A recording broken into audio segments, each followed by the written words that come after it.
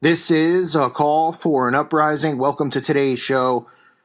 I've been covering feminism since I started my channel. Most people who are awake are aware what it is. Luckily, there's actually a lot of women who follow my channel who are aware that it's an agenda, and they are aware that being against feminism does not mean being against women. Okay, I've shown the constant repetition with the actors who have come forward and, how none of them have questioned being, told that they sexually harassed like 75 years ago. In 1945, this person pinched my butt. And then, the person gets run out of Hollywood and is never allowed to act again. You see the stuff with Louis C.K., Weinstein. Like I've said a million times, when you study these secret societies, all these Freemasons, all these members of these secret orders do the bidding of what the agenda is. That's what the Brotherhood is about. So if that means you get chastised in public, then that's what it means. But let me get to my point on what this video is about. I always talk about the influencers, right? How they pretend and try to tell us over and over that we're our own people. There's all these regurgitated phrases, right, that people say, and you're just like, what? Like, be yourself. Like, who else would you be? Right? Be true to yourself, huh? If I'm being true to myself, who am I being true to? The pizza guy? What am I being true to? The guy at the grocery store getting the getting the carriages. Who are we not? It's all regurgitated stuff because they want people to constantly live in this controlled mindset where people don't even know what they're saying. They're just regurgitating stuff, right? And that's what the mind control does because people hear celebrities say it, then they say it. That's how trends start. This one's pretty funny. So Gillette, who also, I believe Gillette sponsors the New England Patriots with Robert Kraft, who just received his award from Bagel Zone. Nonetheless, Gillette, which is, sells razors. Most men out there, you have razors, you shave. I couldn't even tell, it's like you even think about what razor you get. You just grab, razors. Maybe point being is that they sell razors to shave, right? The majority of their audience are men. Now, I understand women use razors too to shave, and we're all thankful for that. Unless you're listening over in France. But now they've come out with a commercial pretty much saying that men are horrible. Saying that we need to change. Take a look at this commercial. You got to see it to believe. Are you trying to sell me a razor blade so I can shave my face? Are you trying to sell a razor blade so a woman can shave her armpits? Or are you just trying to brainwash and manipulate the audience? Oh, you're just trying to brainwash and manipulate the audience because it doesn't really matter if you sell razors because you've already cornered the market, right? Because Gillette's pretty much like, what are there, 2 or 3 razor companies? They don't care. They print money. It's about the agenda and the mind control. Take a look. Bullying. The Me Too movement against sexual harassment. Masculinity. Is this the best a man can get?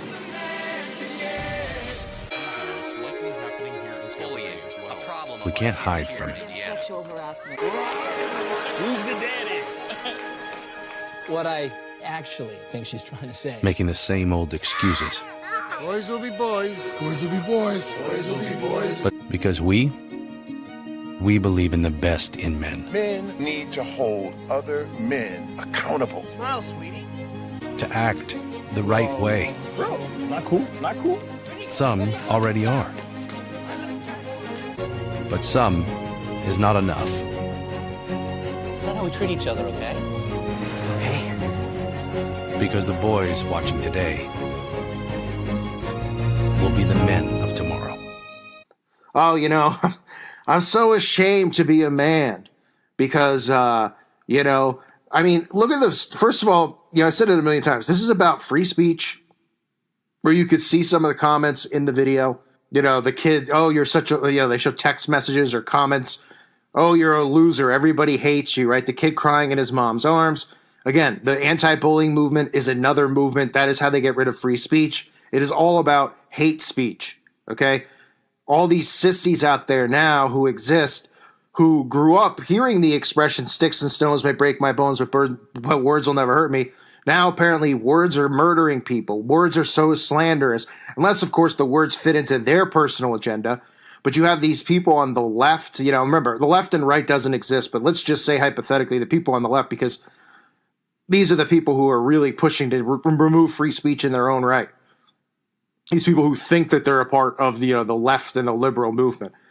They're so offended by all this stuff, they're trying to take free speech away from people like me and call it hate speech. And they don't realize sooner or later when these rights are stripped, they're going to be stripped too. And they're not going to be allowed to form an opinion. Now, it's highly likely that those people aren't ever going to form their own opinion anyway because they're mindless zombies and mindless robots.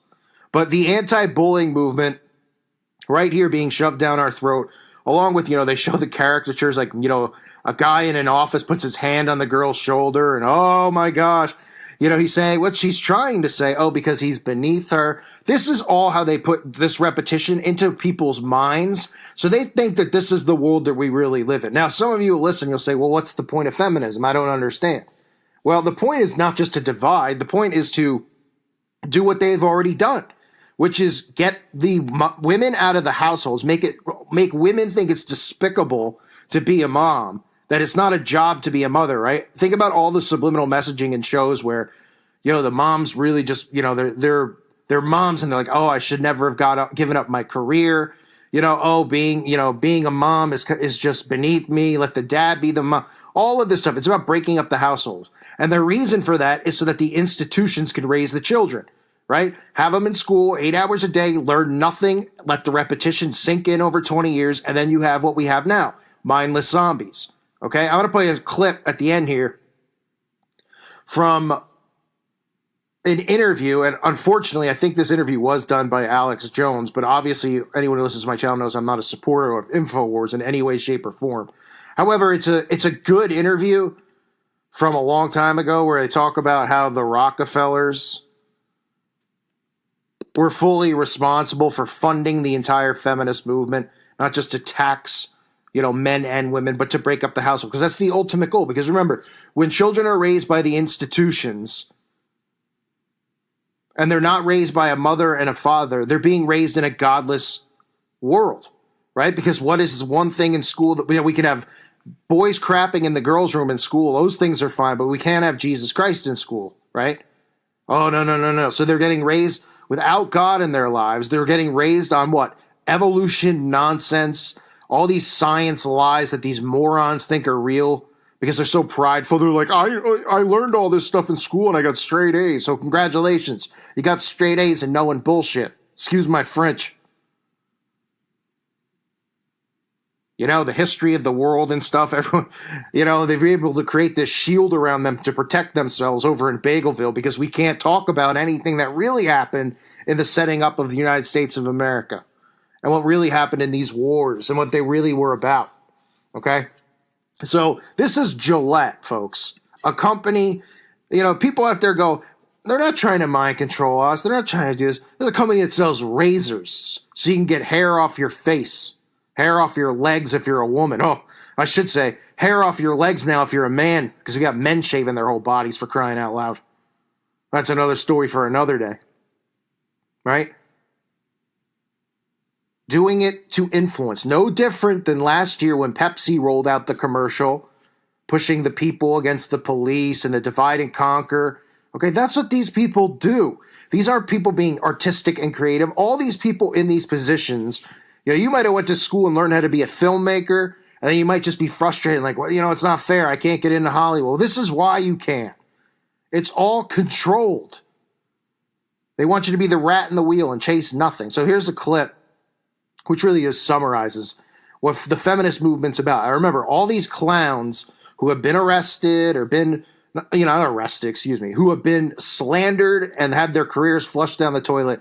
They've all been greatly rewarded in their inner circles with 10 times the amount of money they would make in general. You don't think Harvey Weinstein's laughing about this, hanging out with these same celebrities? All of a sudden, all his friends from 50 plus years in the industry, nobody likes him and no one talks to him.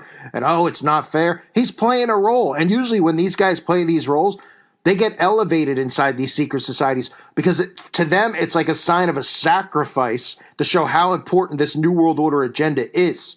That they would do this to themselves to help get the cause pushed across. Unbelievable stuff. So take a look. I hope you guys enjoyed today's show. God bless all of you. Well, one of the things they told me was that he was at the house one night and You were talking, and he started laughing. He said, Aaron, what do you think women's liberation was about? And I said, I had pretty conventional thinking about it at that point. I said, I think it's about women having the right to work, getting equal pay with men, just like they won the right to vote, you know? And he started to laugh. He said, you're an idiot. And I said, why am I an idiot? He said, let me tell you what that was about. We, the Rockefellers, funded that. We funded women's lib, you know? And we're the ones who got all over the newspapers and television, the Rockefeller Foundation. He says, and you want to know why? He says, there were two primary reasons. And they were, one reason was we couldn't tax half the population before women's lib. And the second reason was, now we get the kids in school at an early age. We can indoctrinate the kids how to think. It breaks up the family. The kids start looking at the state as the family, as the school, as the officials, as their family, not as the parents teaching them. And so those are the two primary reasons for women's lib, which I thought up to that point was a noble thing. You know, when I saw their intentions behind it, where they were coming from when they created it, the thought of it, I saw the evil behind what I thought was a noble adventure.